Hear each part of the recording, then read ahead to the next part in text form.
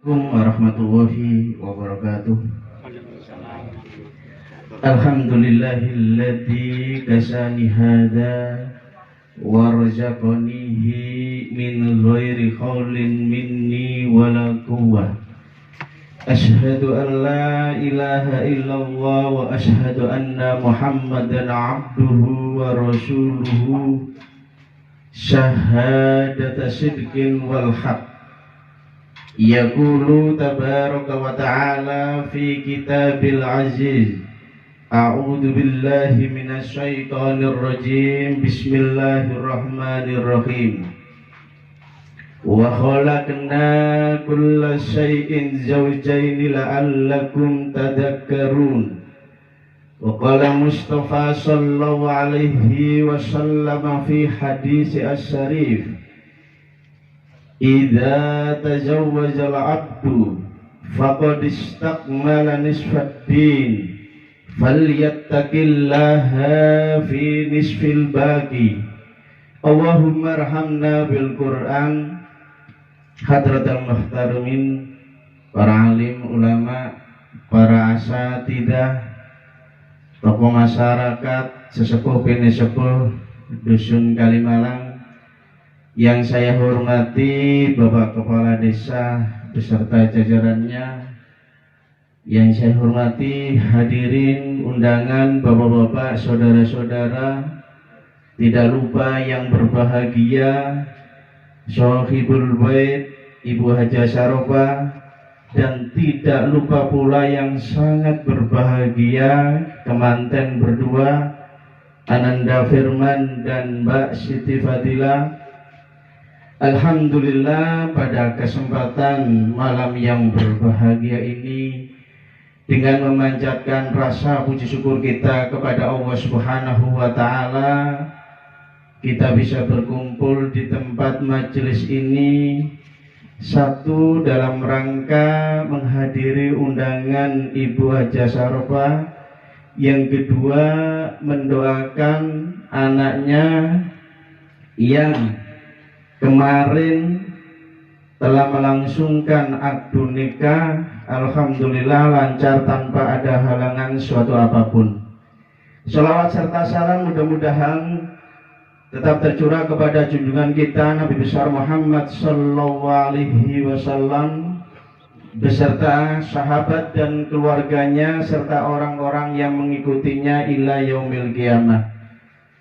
Bapak-bapak hadirin tamu undangan yang dirahmati Allah Subhanahu wa Ta'ala, kemarin malam pun pengajian, tadi Jumat pengajian, awan pengajian, sakniki pengajian, mudah-mudahan tidak menambah kebosanan kulolan panjenengan sami, tetapi bisa menambah wawasan ilmu, di mana ilmu inilah yang nantinya termasuk bisa menyelamatkan kita dari adab api neraka, khususnya ilmu agama, kalau kita betul-betul mau mempraktekkan. Oleh karena itu hadirin yang dirahmati Allah Subhanahu wa Ta'ala, pada kesempatan malam hari ini saya mengambil satu hadis. Hadis ini adalah hadis qudsi yang tadi siang sudah pernah saya sampaikan bahwa hadis qudsi atau nama lain hadis qudsi itu adalah hadis Rabbani, hadis ilahi, di mana Rasulullah SAW mengatakan dalam salah satu hadis ini bahwa beliau mengatakan, wahai hambaku, saya mengharamkan, beliau mengharamkan atas perbuatan dolim. Ya ibadi, inni haramtu dzulma ala nafsi faja'altuhu bainakum muharraman fala tadzalamu.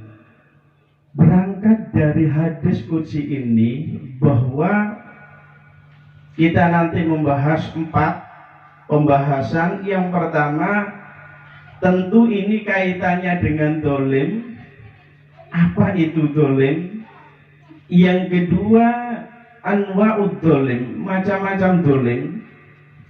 Kemudian yang ketiga, hukum orang yang berbuat dolim itu apa.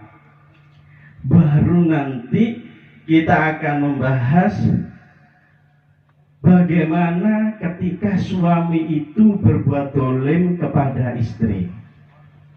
Makanya lebih singkat, yang pertama, bahwa perbuatan dolim ini menurut para alim ulama, kita ambil 3 saja, diantaranya beliau Al-Kafawi dalam salah satu kitab Al-Kulliyah, beliau mengatakan dolim itu adalah wad'u syai' fi ghairi mahaliha, meletakkan sesuatu bukan pada tempatnya. Yang kedua, dia mengatakan bahwa mengambil hak orang lain.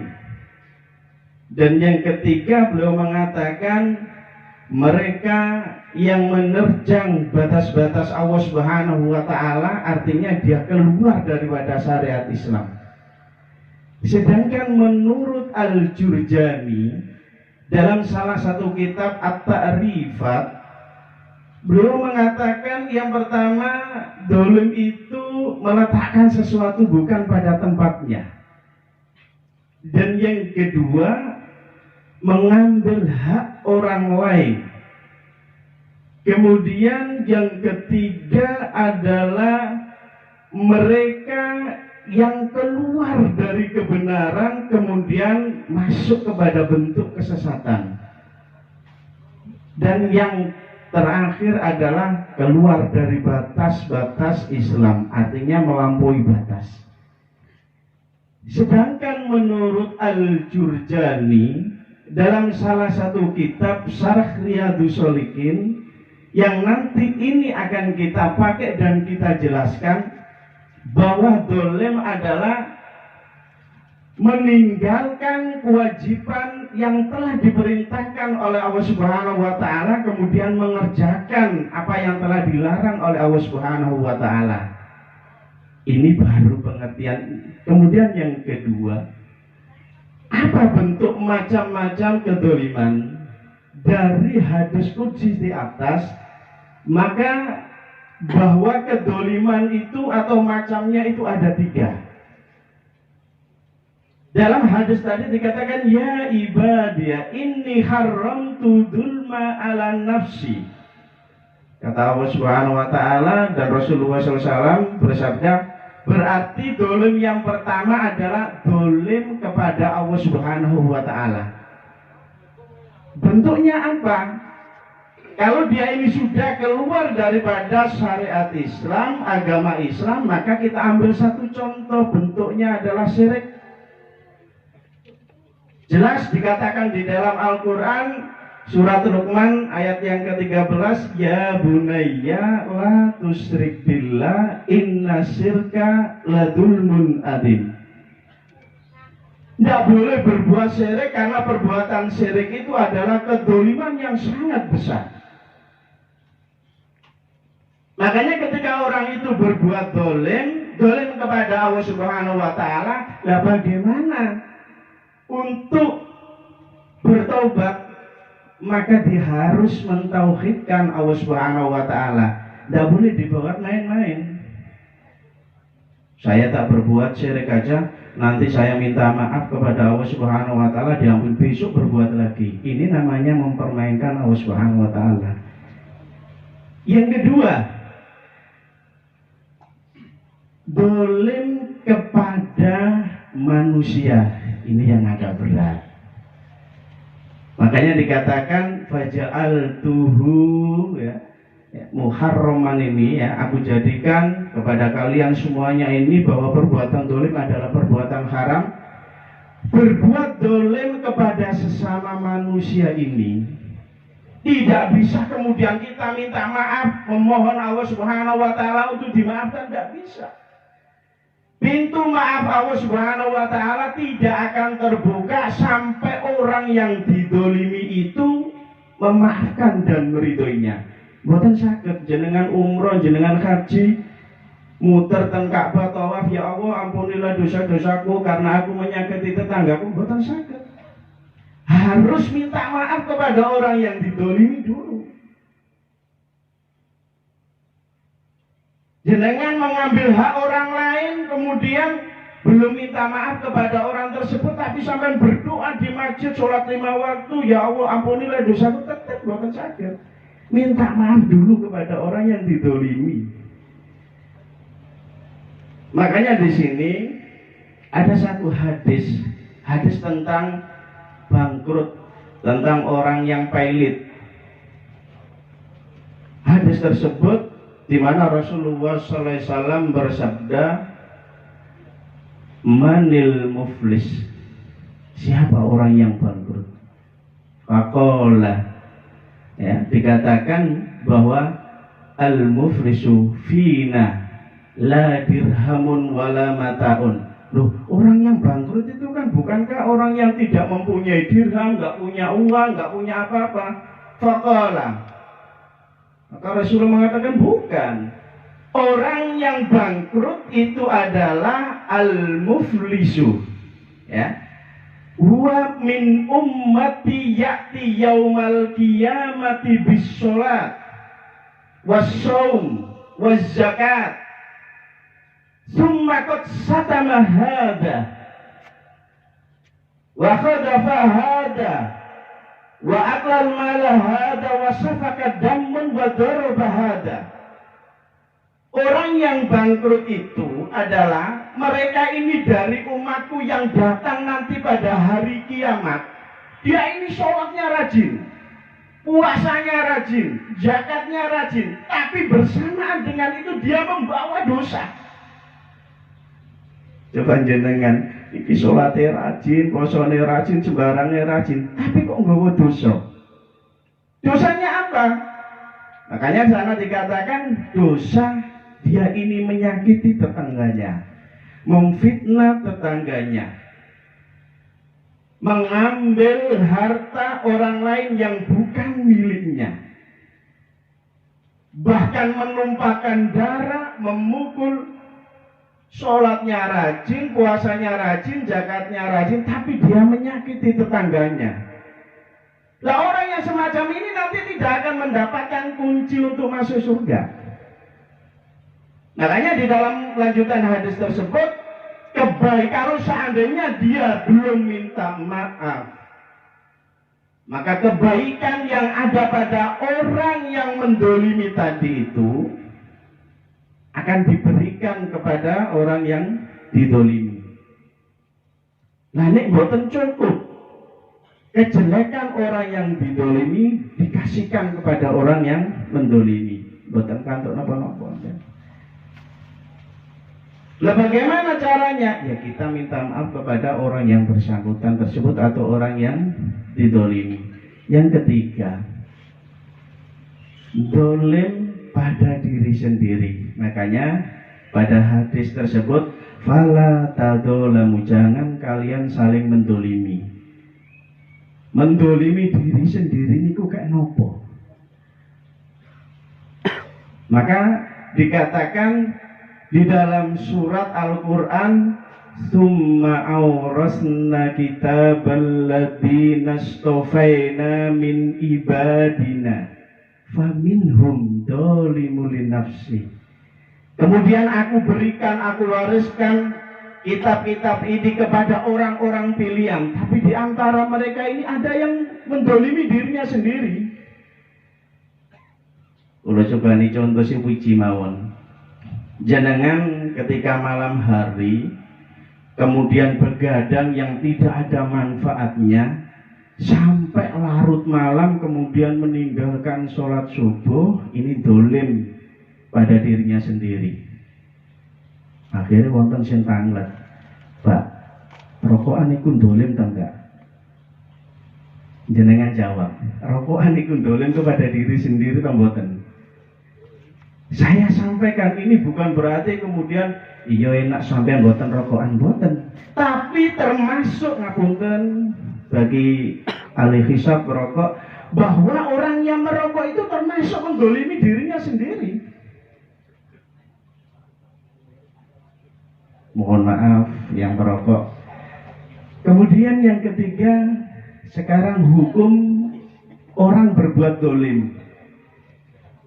Apa hukumnya? Dalam surat Hud ayat yang ke-113, Allah Subhanahu wa taala berfirman, "Wala tarkanu ilal ladina dzalamu fatamassakumun nar wa ma lakum min dunillahi min waliyyin wa thumma la tunsarun." Jangan kalian cenderung ridho menyetujui ya, kepada orang yang berbuat zalim, yang menyebabkan kamu nanti disentuh api neraka. Loh, ini baru meridhoi, menyetujui. Lah bagaimana orang yang berbuat zalim? Ini orang yang menyetujui, yang cenderung, yang suka saja ini hukumnya haram. Dan tidak ada penolong bagi kalian selain Allah Subhanahu wa taala, kemudian kalian tidak akan ditolong. Baru pembahasan yang keempat, mudah-mudahan ini nanti bisa dijadikan sebagai pelajaran kita. Pembahasan tentang tatkala suami berbuat zalim. Soalnya sing hadir niki nggih wong lanang kabeh, tapi mudah-mudahan ini juga nanti bisa didengar sama ibu-ibu yang ada di rumah. Sebelumnya, bahwa bentuk kedzaliman suami kepada istri, sebelum saya bacakan, saya ambil 1-2 hadis. Bagaimana kalau orang itu berbuat zalim? Yang pertama, potongan hadis, warrajulu ra'in fi ahlihi wa mas'ulun an ra'iyatihi. Suami, ya, suami yang mempunyai tanggung jawab, ya, yang menjadi pemimpin, dan dia nanti akan diminta pertanggungjawaban atas kepemimpinannya. Yang kedua, dalil yang kedua, innallaha sa'ilun kullar ra'in.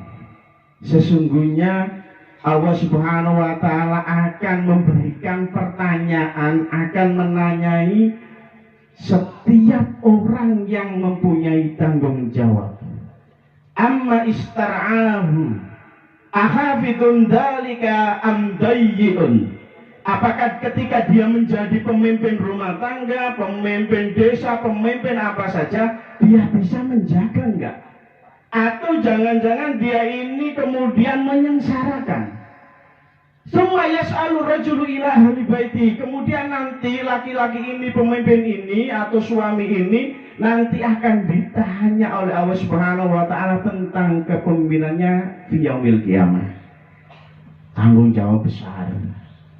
Makanya yang pertama, bentuk kedzaliman suami kepada istri adalah yang pertama, suami tidak menunaikan hak-hak istri.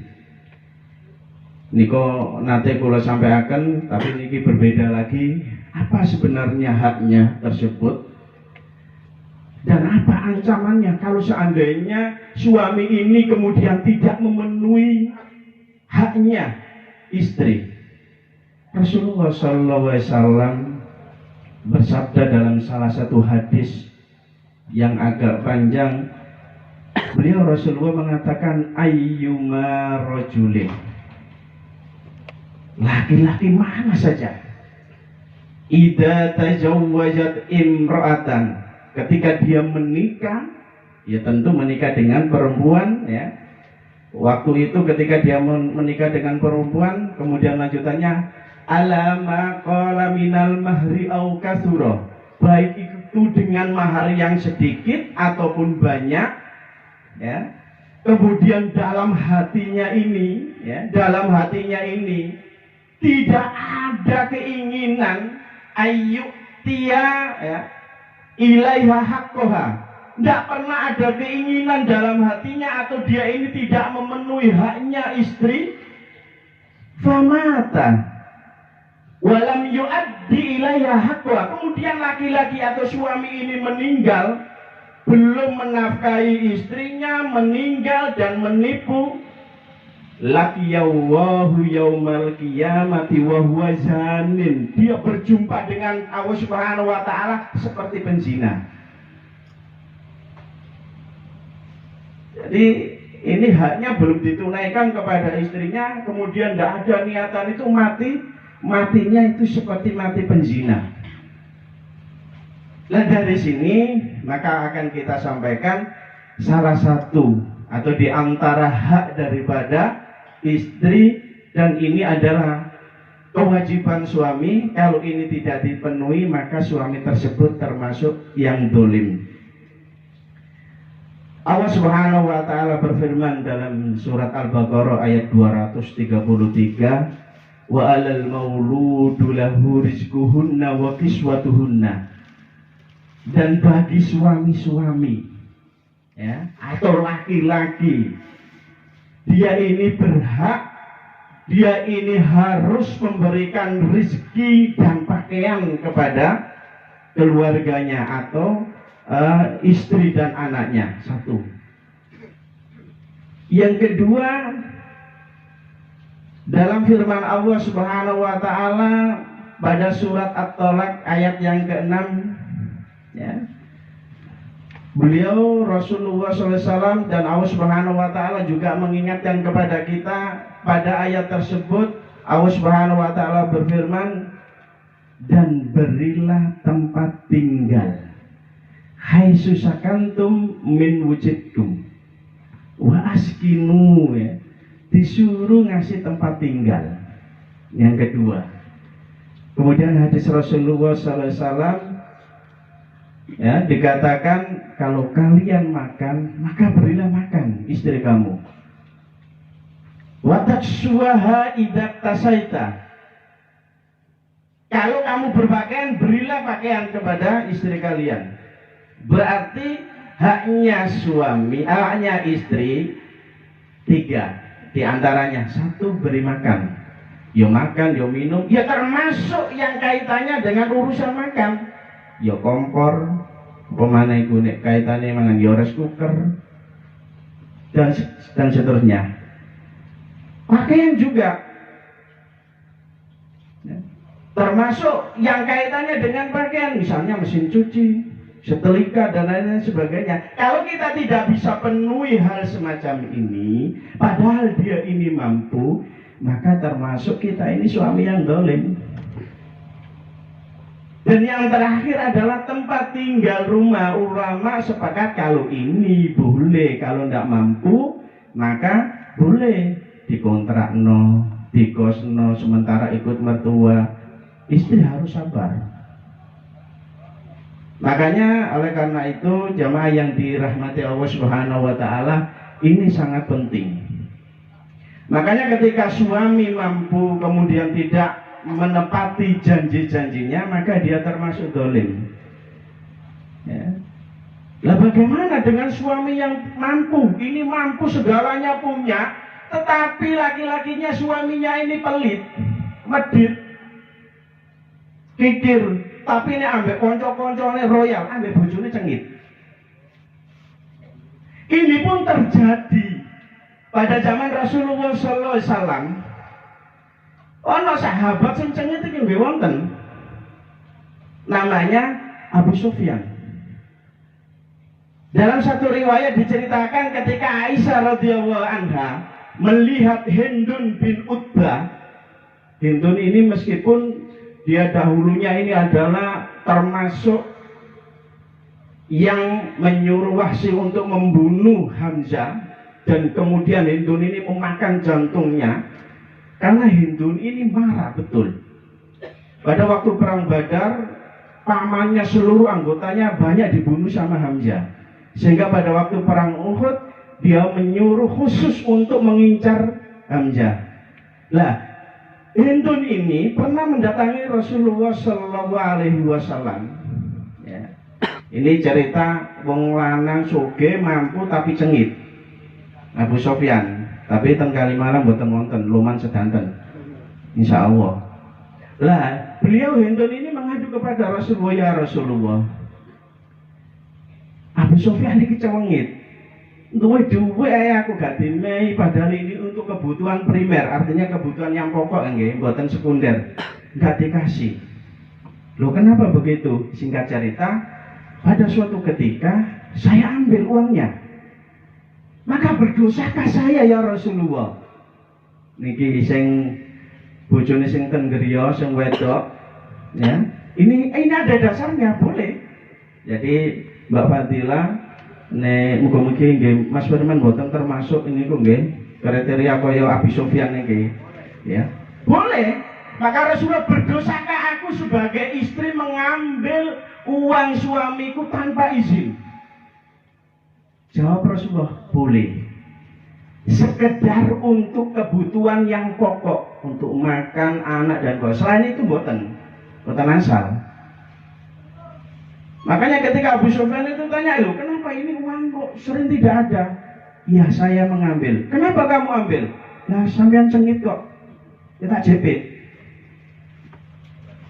Akhirnya tanya, apa dasarnya? Diceritakan. Oh begitu.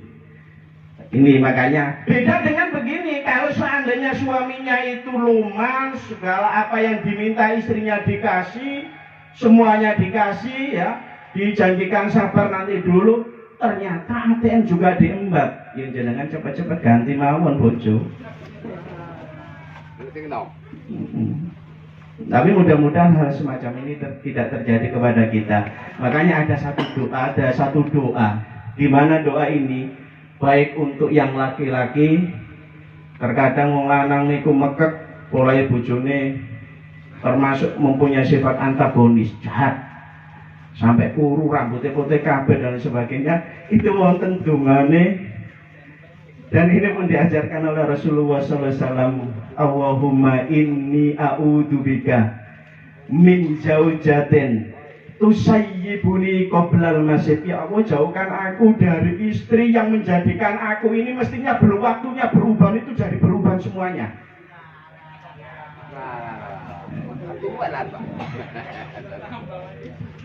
Hadirin yang dirahmati Allah Subhanahu wa taala, makanya dalam kaitannya nafkah ini itu penting. Sehingga dulu pernah saya sampaikan betapa dosanya seorang laki-laki yang tidak memberikan nafkah dan termasuk orang yang zalim. Dan dikatakan tadi di dalam hadis, kalau tidak ada niatan untuk ngasih nafkah, bahkan menipu istrinya, maka dia nanti kalau meninggal dunia seperti meninggalnya seorang penzina. Maka cukuplah seseorang itu dikatakan berdosa kalau dia ini menterlantarkan tanggung jawabnya kepada anak dan istri. Rasulullah mengatakan kafa bil mar'i isman ya. Cukuplah laki-laki, suami itu dikatakan suami yang berdosa kalau dia ini menterlantarkan keluarganya. Makanya kalau ada ibu-ibu kemudian dia mempunyai prinsip, enggak, aku mencari surga, padahal tidak dikasih nafkah, lahir batin 3 bulan 4 bulan jalan. Lah kita ini kenapa tidak percaya dengan Allah Subhanahu wa taala yang memberikan kita rezeki? Cari, masih banyak lelaki yang soleh yang bisa membimbingnya. Yang kedua, di antara kedoliman suami kepada istri adalah suami yang berbuat kasar kepada istri, seneng ngaplokan ya, kaplok dan sebagainya. Padahal ada salah satu hadis ya, di mana hadis ini mengingatkan kepada kita, ya'midu ahadukum ya, di antara kalian ini ya'midu ahadukum fayajlidu imra'atu jildal abdi fala'allahu yudaiyahu fi akhiril yaum. Ada di antara suami atau laki-laki ini, dia ini siangnya memukul istrinya, ngapur dan lain sebagainya, tetapi ketika malam hari dia ini minta untuk tidur bareng. Nah, hal semacam ini terjadi loh, kok mboten izin kan ngoten. Oleh karena itu, Bapak-bapak yang dirahmati Allah Subhanahu wa taala, Orang menikah itu perlu ketenangan, perlu kebahagiaan, tidak perlu kebencian. Tapi waktu zaman Rasulullah SAW, ada salah satu istri Rasulullah SAW yang menikah itu bukan atas dasar cinta dan kasih sayang, tetapi kebencian. Ya, tetapi kebencian. Namanya Sofia binti Uyain, istri Rasulullah, dinikahi Rasulullah. Padahal kenapa Sofia ini termasuk orang yang benci meskipun dinikahi sama Rasulullah? Karena dalam peperangan paman-paman daripada Sofia ini banyak dibunuh oleh Rasulullah. Dinikahi sama Rasulullah, tapi karena dengan kebaikan, kelembutan, kesabaran Rasulullah SAW, tumbuh rasa cinta, hilang kebencian itu. Hadirin yang dirahmati Allah Subhanahu wa Ta'ala, kula putus 3 mawon. Yang terakhir nomor 3, termasuk suami dolim itu ngapunten nek menawi wonten apa bocah cilik-cilik, ngapunten, termasuk suami yang dolim kepada istri adalah terburu-buru, pakai bahasa yang bagus, terburu-buru ketika melakukan jima. Dek nenek sing tiang sepuh niki mboten ngerti jima napa basa mriki. Kelon. Bahasanya. Terburu-buru ketika melakukan jima. Ini termasuk bentuk kedoliman suami kepada istri. Ada dasarnya, Pak? Ada. Ibnu Qudamah dalam satu riwayat Ibnu Qudamah ini mengatakan, jikalau kamu ini mau jima, mau bersetubuh dengan istrimu, maka bercumbu rayulah dulu, bukan langsung. Sampai kapan? Sampai hasrat dan keinginan itu ada. Kalau sudah ada, maka silakan. Kalau sudah kemudian melakukan itu, kemudian orgasme, kemudian yang laki-laki sudah, yang perempuan belum, kemudian dicabut, maka itu termasuk bentuk kedoliman. Sampai entah ini sampai foto-foto orgasme baru. Lah nek sampean tidak mempraktekkan begitu, berarti termasuk bentuk kedoliman suami kepada istri, hukumnya haram. Ya. Ketemu saka susu jenengan. Makanya di dalam kitab Minhajul Muslim itu ada Adabul Firas, itu salah satunya kan al-muda abadu, pemanasan. Boten kok olahraga mawon, sepak bola mawon sing pemanasan, termasuk. Makanya jangan disalahkan kemudian yang laki-laki kemudian cari madu, cari apa, itu memang dia kepengin betul ingin membahagiakan istrinya. Hadirin yang dirahmati Allah Subhanahu wa Ta'ala, mungkin hanya 3 ini, mestinya banyak karena di dalam salah satu buku Isrotin Nikah Minal Alif Ilayya, panduan nikah lengkap dari A sampai Z itu banyak diterangkan, dan itu mestinya banyak. Kemudian kita harus memilikinya, membaca suatu hal yang kok jorok begitu boten, karena ini ilmu yang jenengan boten semerap, akhirnya termasuk orang-orang yang dolim nanti. Mudah-mudahan apa yang saya sampaikan ini bisa menambah keilmuan pada diri kita, khususnya pada